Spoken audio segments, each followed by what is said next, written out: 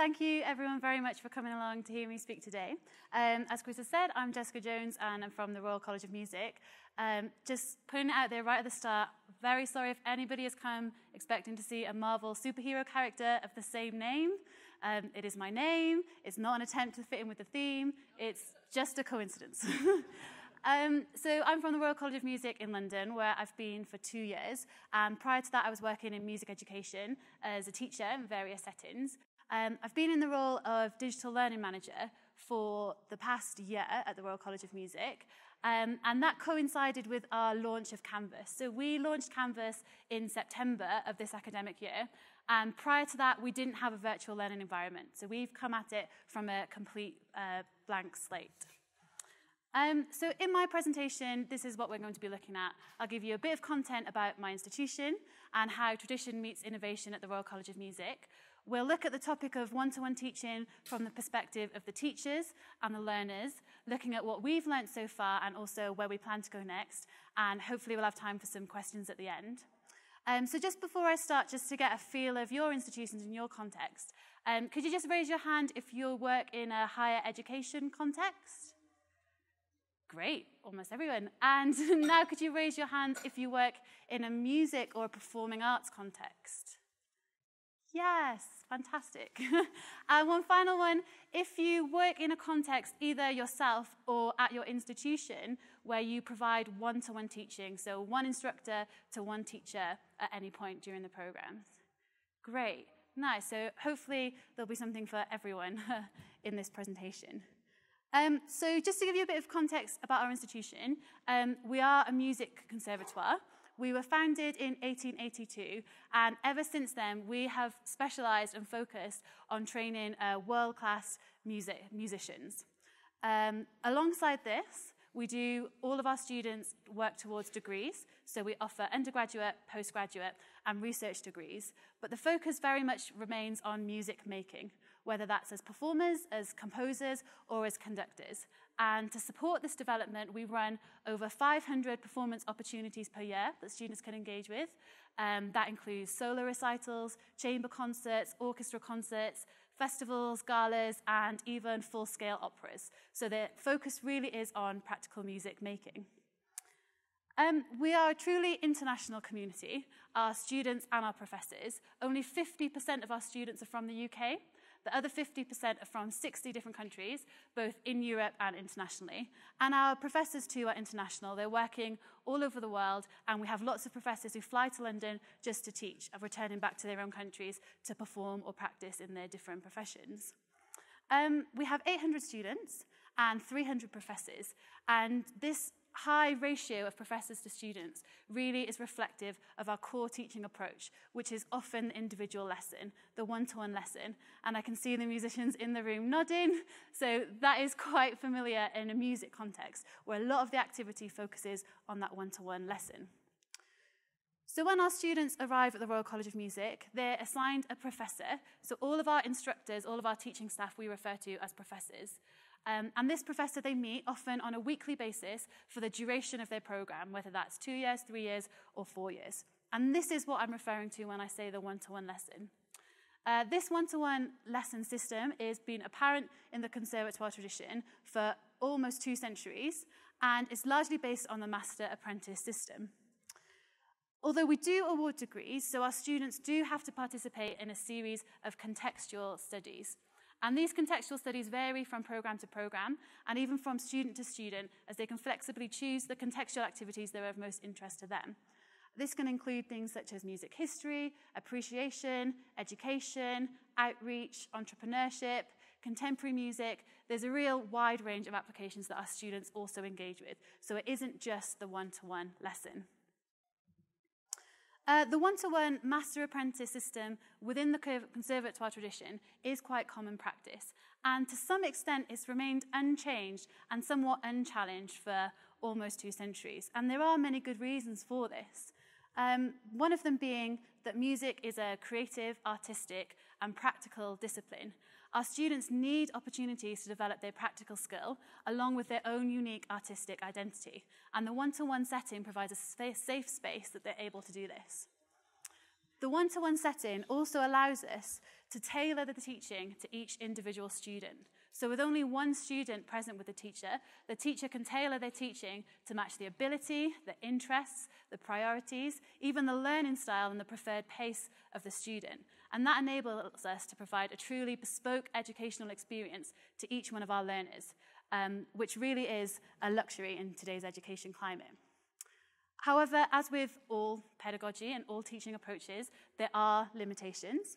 The master-apprentice system can often place a focus on the master over the learner, and sometimes the learners continually strive to imitate their teacher rather than find their own artistic voice.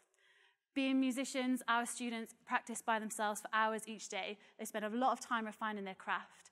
And with the combination of the one-to-one lessons, this can sometimes lead to a sense of isolation for the learner, particularly instruments that are common to working by themselves, such as pianists or composers. The fragmenting of the one-to-one lesson with the contextual studies can sometimes fragment this in the minds of our learners too, who see the contextual studies as somewhat separate from their developing musicianship, when really it is the contextual studies that put their musicianship into practice and will enable them to go on to be successful in the music profession. And this divide can sometimes prevent that learning from happening. So at the RCM, whilst maintaining the tradition, we also find ways to be innovative with our teaching to ensure that we're always providing the best teaching and learning experience for our students. And some of these examples include the Performance Simulator, which is an in-house technology that we developed where students can enter a room and perform to a computer-simulated audience. Essentially, they can practice performing in a safe environment. We have on-site recording studios which enable our concerts to be live broadcasted, recorded, and our students can experience working in a professional studio setting. We also use low-latency audio-visual streaming technology, which allows our students to connect with institutions and musicians and orchestras internationally whilst they're at the college, enabling simultaneous performances, collaborations, and sometimes teaching lessons with international institutions without having to leave the college. And it is from this bringing together of tradition with innovation that the call for introducing a virtual learning environment to the Royal College of Music grew. We wanted to ensure that we were providing our professors and our students with opportunities to support, enhance, and innovate within their own teaching practice. We also wanted to bring together their one-to-one lessons with their contextual studies, helping students to see the correlation between them. And we also wanted to provide students with more opportunities to prepare for the profession, as well as developing their musicianship, making sure they have those skills to succeed in the wider profession. So in September, we launched Canvas, and we refer to it as learn.rcm. And this reflects 3 principles that have really driven our whole implementation and our every use of Canvas in the building. Firstly, we are entirely teaching and learning focused. Every application of Canvas is used to support, enhance, or innovate the teaching in some way. And for that reason, we refer to it as a virtual learning environment rather than a learning management system. Secondly, for us, it was really key that the use of Canvas was user-led. And by that, we mean that the professors and the students themselves took ownership for how they created their courses and how they interacted with Canvas. The reason for this is that so we could reflect the bespoke and the flexible and the tailored approach that they were already receiving in their one-to-one lessons. And to achieve this, we enforce no minimum requirements for our professors and no forced engagement. So it's completely up to them how they engaged with Canvas. They were able to choose the parts they wanted to use or not do anything if they wanted to. And some did. And thirdly, it was key for us that it was seen as a teaching and learning opportunity. Accessing Canvas needed to be as easy and as inclusive as walking into the building and entering a classroom. And so for that reason, from September, we went with a big bang approach. And every one-to-one teacher, every contextual studies class, anyone who had any teaching and learning role in the college had a space on Canvas right from September, even if they weren't sure how they were going to use it yet. And from these 3 core principles, our tagline became support, enhance, and innovate. This really focuses on teaching and learning in a non-threatening way for professors that they could choose to engage with Canvas if they wanted to positively impact their teaching and learning at whatever level they felt they were comfortable with. From the very beginning, we really wanted to highlight that Canvas was an opportunity to support, enhance, and innovate the teaching and learning practice. And it was key that we communicated this to our professors from the very start. And so to achieve this, we developed the BOLD program. So BOLD stands for Blended and Online Learning Development. And it was a professional development opportunity for our professors. There were 6 face-to-face sessions running from October to March, followed by an online Canvas course. So our professors experienced Canvas as learners themselves. There was online interaction and activity that they had to engage with in between the sessions, and they had to commit to doing that as well as coming to the sessions themselves. We embodied our 3 core principles by focusing each session on a different teaching and learning principle, modeling practices such as blended learning, online learning, flipped classroom, and the different features of Canvas for the professors to experience as learners before they then chose to experience them as instructors. We were also clear to explain to our professors that in our context at the Royal College of Music at present, our intention was to enhance the teaching that was currently there. That we wanted them to be able to use Canvas as a way to enhance the face-to-face contact time that they already had, and it was in no way intended to be a threat to remove any of that contact time at all. We embodied the show, not tell principle, focusing, as I've said, on all the different principles and allowing them to experience them as learners. And we were key to make sure that the sessions were not about how to use Canvas, but asking the professors themselves, what opportunities can Canvas bring to support, enhance, and innovate their own teaching in their own context? And in this sense, the professors were encouraged to find their own answers to those questions, allowing the sessions to become very much user-led. We involved 28 professors, who we referred to as the BOLD professors, which they quite liked. And that's about 10% of our professorate, which we felt was quite a strong number. And we wanted those professors to go on to become champions. So we made sure that we invited a variety of professors to those sessions, both the contextual studies and the one-to-one professors. These professors had a variety of influence at the RCM. So some of them had been there for a long time. Some of them were brand new to the college. Some of them were program leaders or managed teams or faculties. And some of them had become aware to us because they'd expressed an interest, not necessarily in technology, but in innovating within their teaching practice. And all of these professors were asked to be involved. No one was forced to be involved in the sessions.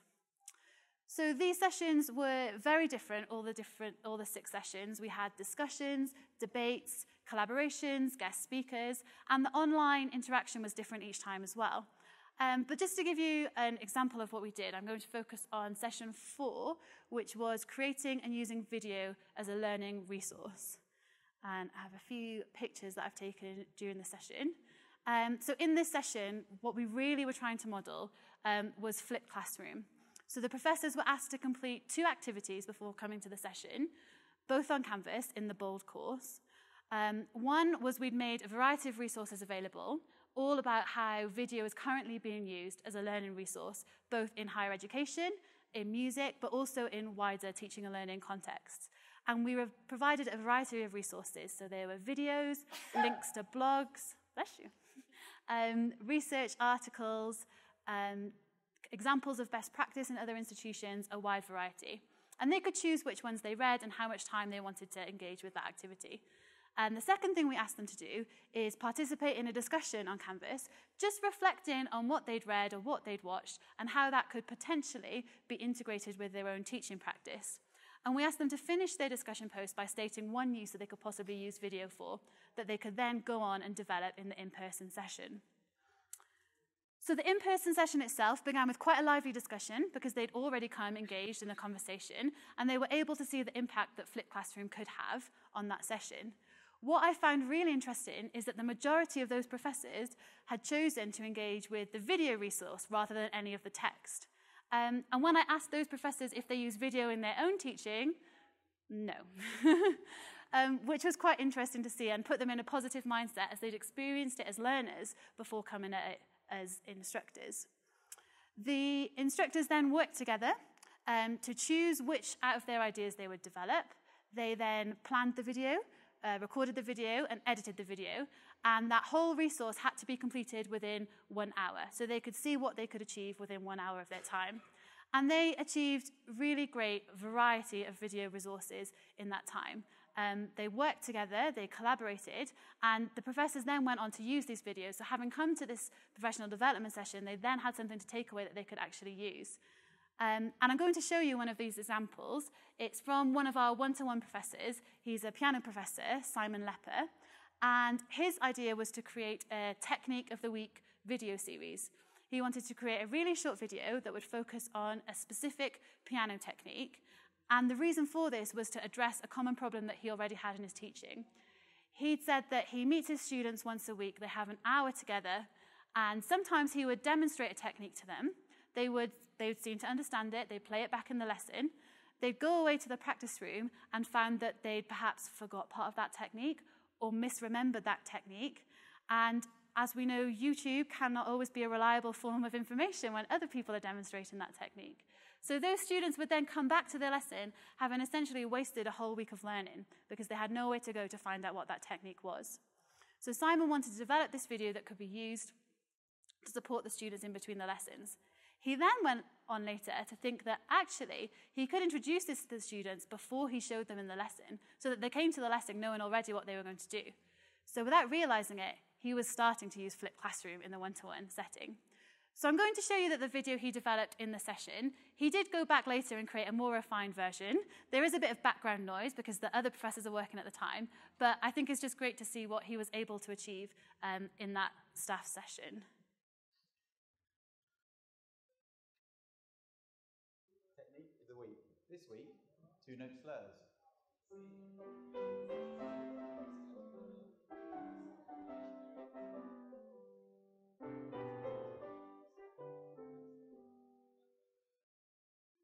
Music is littered with two-note slurs, and it's important to know how to do this at the piano. So, you drop the weight into the key, and you have the next finger ready.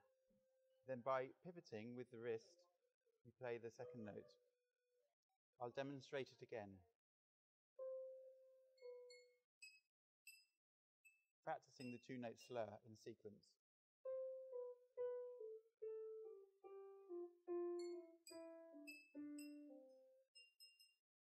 And now the two-note slurs in practice in Mozart's Das Veilchen.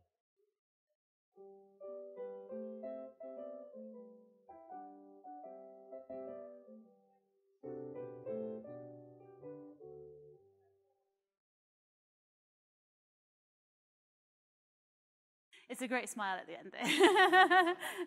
So I think it's great just to see what they were able to develop in that 1 hour, but also to go away and have something that they could use in their teaching. So the BOLD program really seemed to have a positive effect in that it led directly to the professors using Canvas within their teaching. I think key to this success was the teachers experiencing the VLE and experiencing these practices as learners, as it broke down all perceptions of what could and couldn't be achieved, and they were able to experience it for themselves. It also helped to break down the barriers between the academic, the contextual studies, and the one-to-one professors.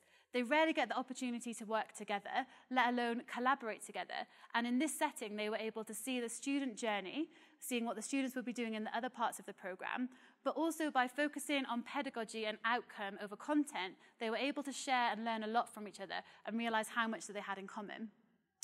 We also found professors really taking ownership, not just of their Canvas courses, but of the BOLD program themselves.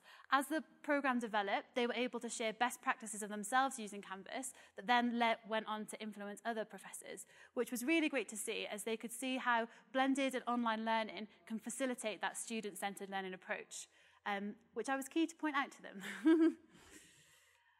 So in the autumn term, we really noticed that our contextual studies professors were taking to Canvas and using Canvas a lot quicker than our one-to-one professors.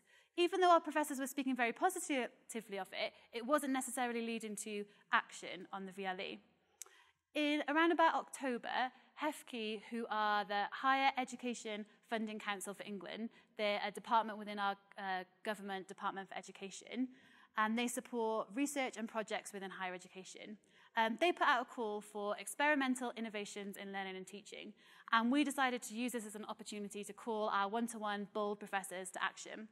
We put in a proposal that asked the question, can blended learning be used in a conservatoire context to support student experience or outcomes in the context of one-to-one lessons? And our proposal was accepted, and we were awarded some funding to explore this research question.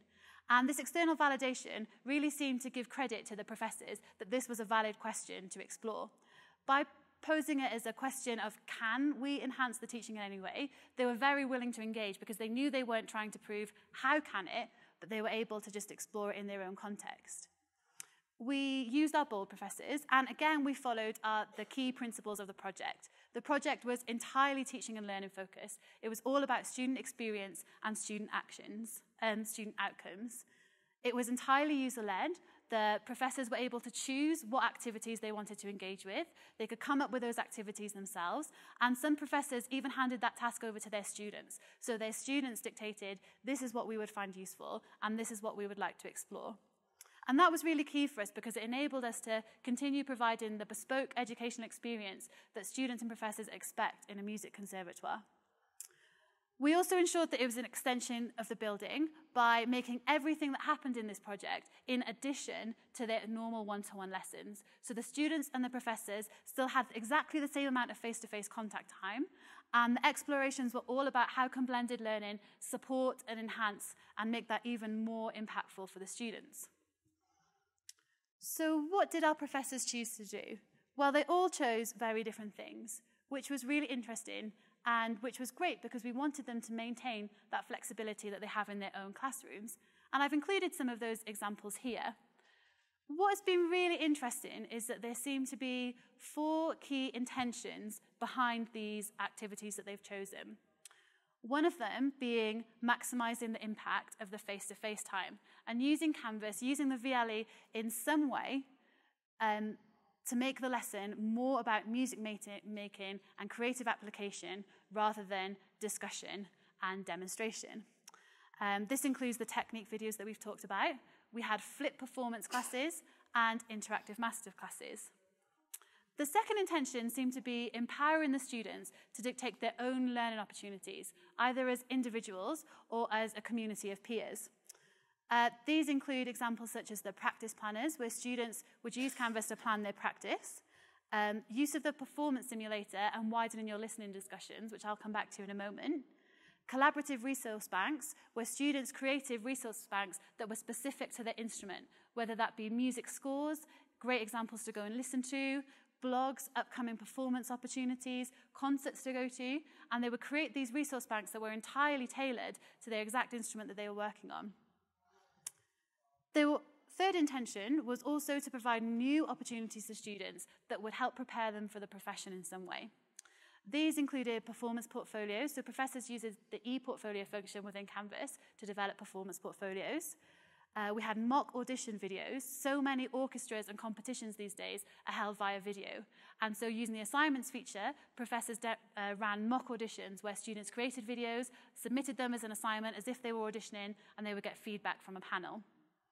And we also had examples of cross-faculty collaboration. So accompanists and singers would come into Canvas and discuss what they would be doing in their session so that when they come to their session, they can make the most out of that time.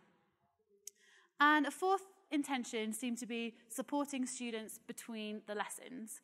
So that includes things like the mindful practice technique, which we'll hear about in a moment, guest artist podcasts. So after artists had been to visit our students, they'd make short podcasts summarizing what they'd been talking about with the students that day. So students had something they could go back and look at, because quite often when guest artists come in, it's quite exciting and it's not always remembered.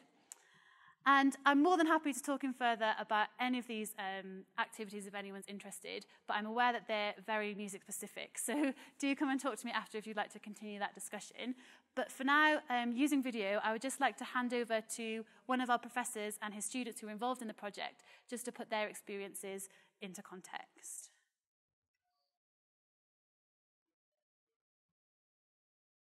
Hi, I'm Amos Miller. I'm one of the trombone profs at the Royal College of Music. I heard about Learn through Jess, our wonderful digital learning manager at the Royal College of Music, and Jess emailed me and said, would I be interested in having a browse at the college's new platform for online learning, and I definitely was. I thought it was a very promising thing to use, so it's turned out to be very useful and interesting. My first thoughts were that it's got sort of limitless possibilities in terms of what it can offer, and it's just been a question of trying to see how those possibilities can best suit an environment where the learning is predominantly one-to-one in a room with somebody, which it sort of has to be.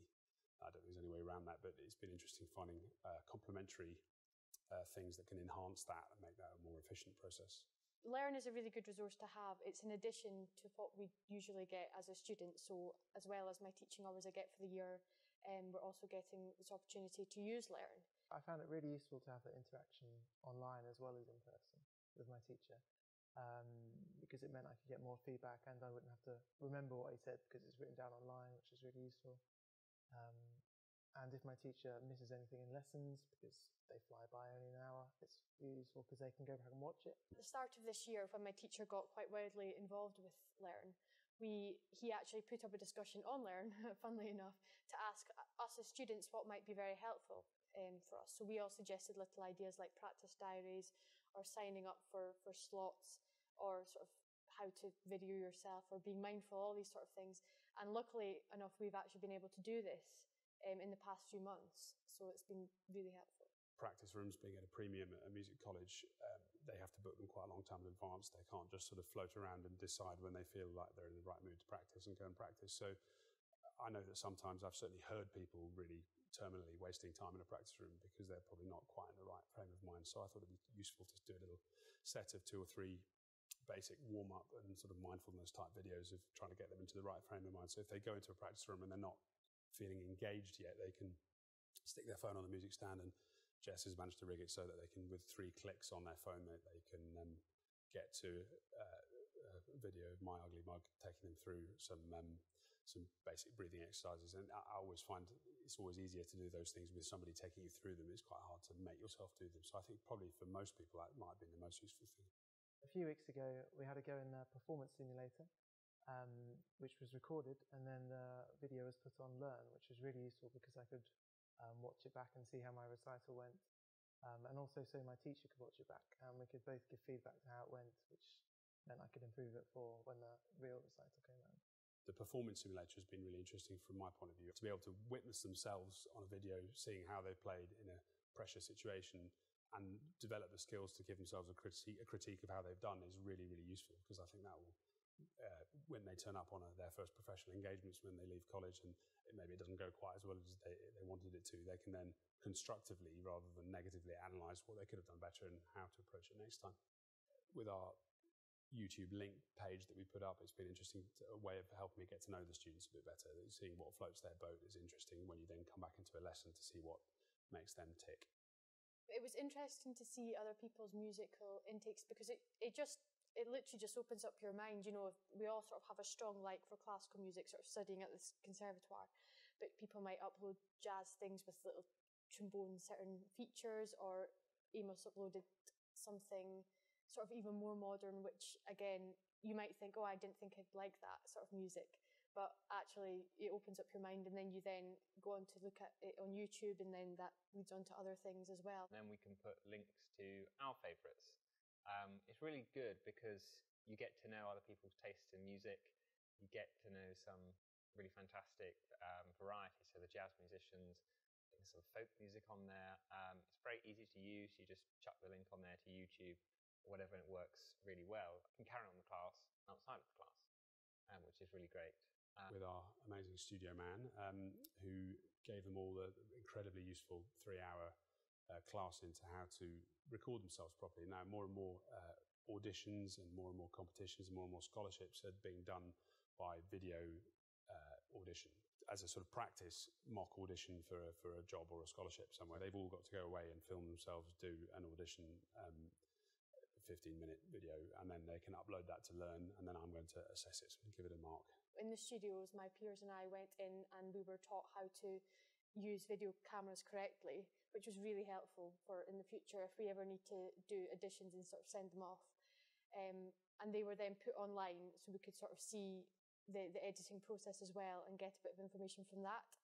I think the opportunity to do a videoed audition, mock audition, which will be assessed but doesn't have a direct bearing on their professional future, is a really useful one. At a point at which when they leave college and they want to apply for something that involves a video application, it'll streamline the entire process of them doing it to the point where A, they've got the confidence to know what they're doing, B, it won't take up days of their life worrying about it, and they can think, oh, I know how to do that, I've done that, and I can remember what the feedback was the first time, and hopefully the finished product will be a more convincing one.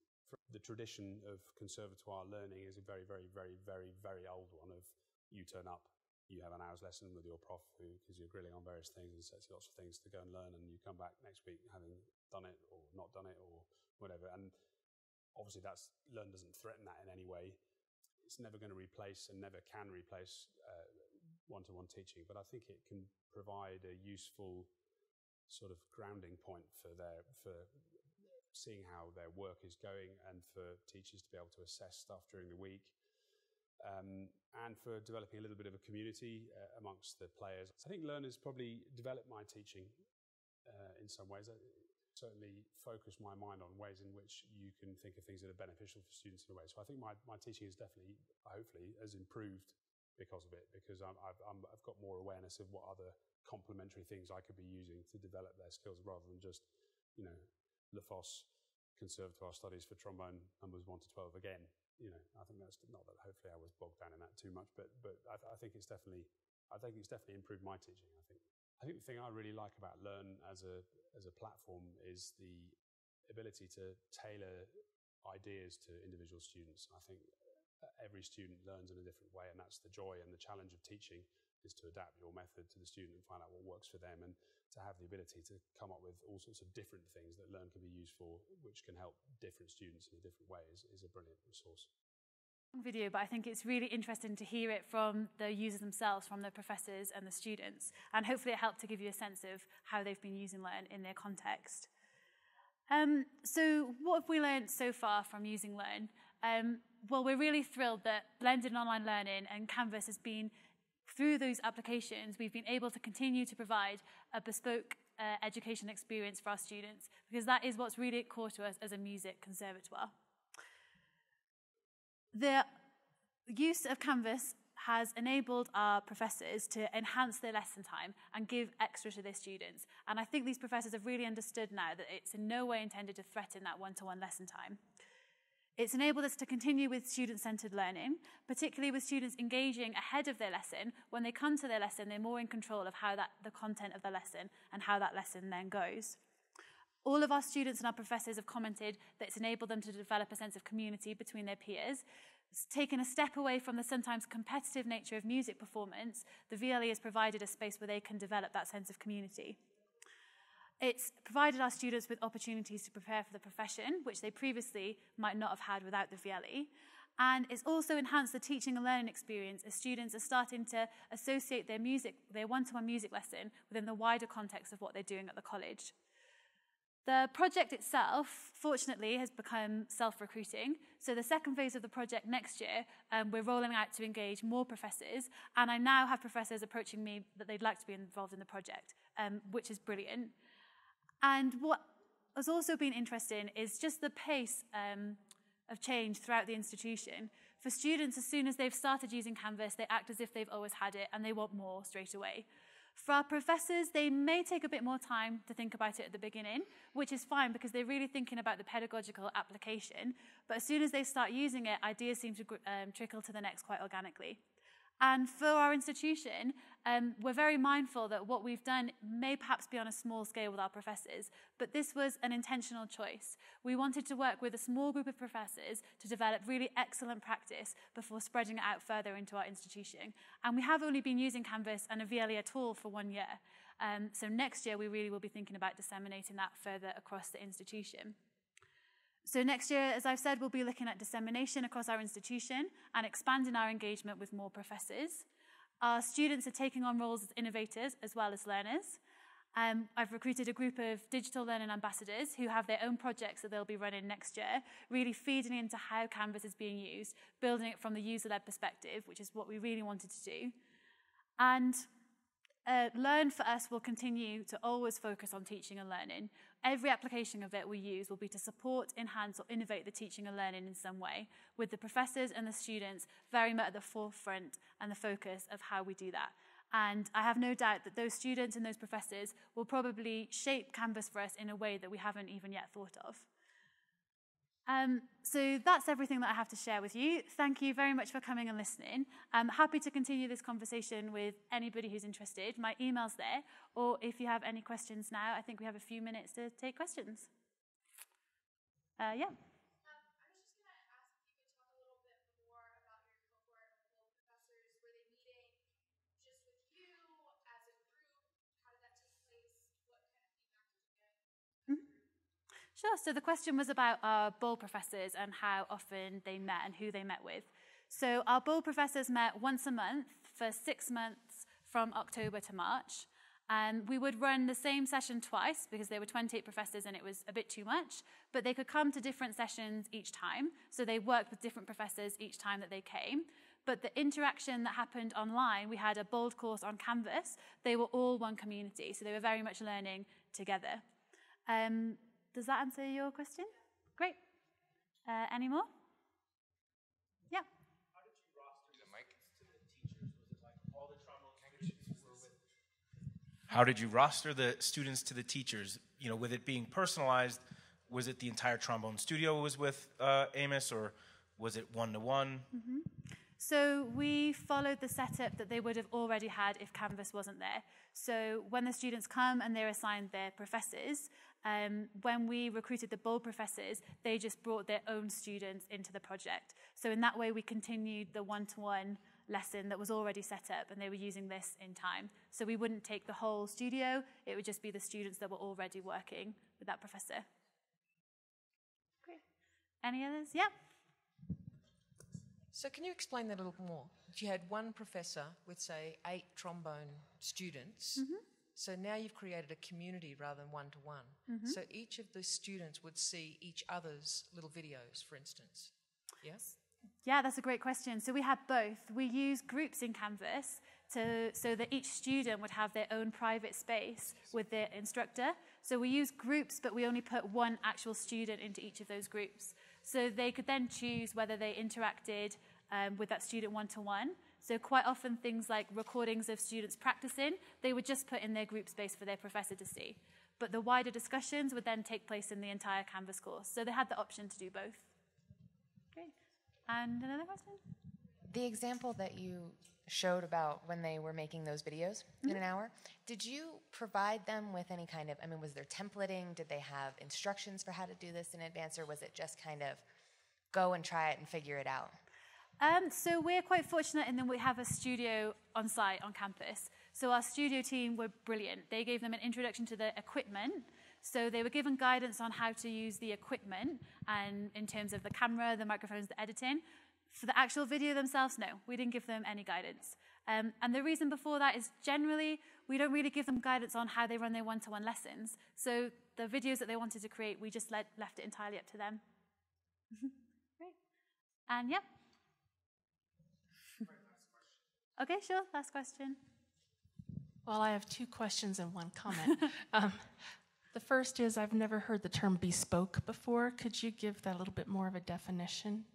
So sure, by bespoke, I just mean unique and tailored to that one student. So every student is having a different learning experience because it is in that one-to-one setting. Okay. So my comment is that if you've not seen ARC media yet, that would be an excellent addition, I think, because then your students could actually comment directly on, you know, at 1 minute, 15 seconds, this was just awesome. So, and then my other question was, could you talk a little bit more about the performance simulator? Sure. Yeah, so the performance simulator was developed in-house a few years ago, and it's essentially a room with a computer-simulated audience, and the students can choose whether they're about to perform in concert mode, so there'll be a full audience on the screen, or in audition mode, so it'll look like an audition panel. And you can also program the simulator to react in certain ways. So if you want them to be hostile, not interested, clapping, a phone going off, you can add all these different things. And you can add them as the student's performing as well. So it just allows the students to practice performing in a safe environment so that they can develop those skills, which are quite hard to replicate on your own in a practice room. And are you going to be marketing that? There's no plans yet, but... Thank you. Great. Thank you.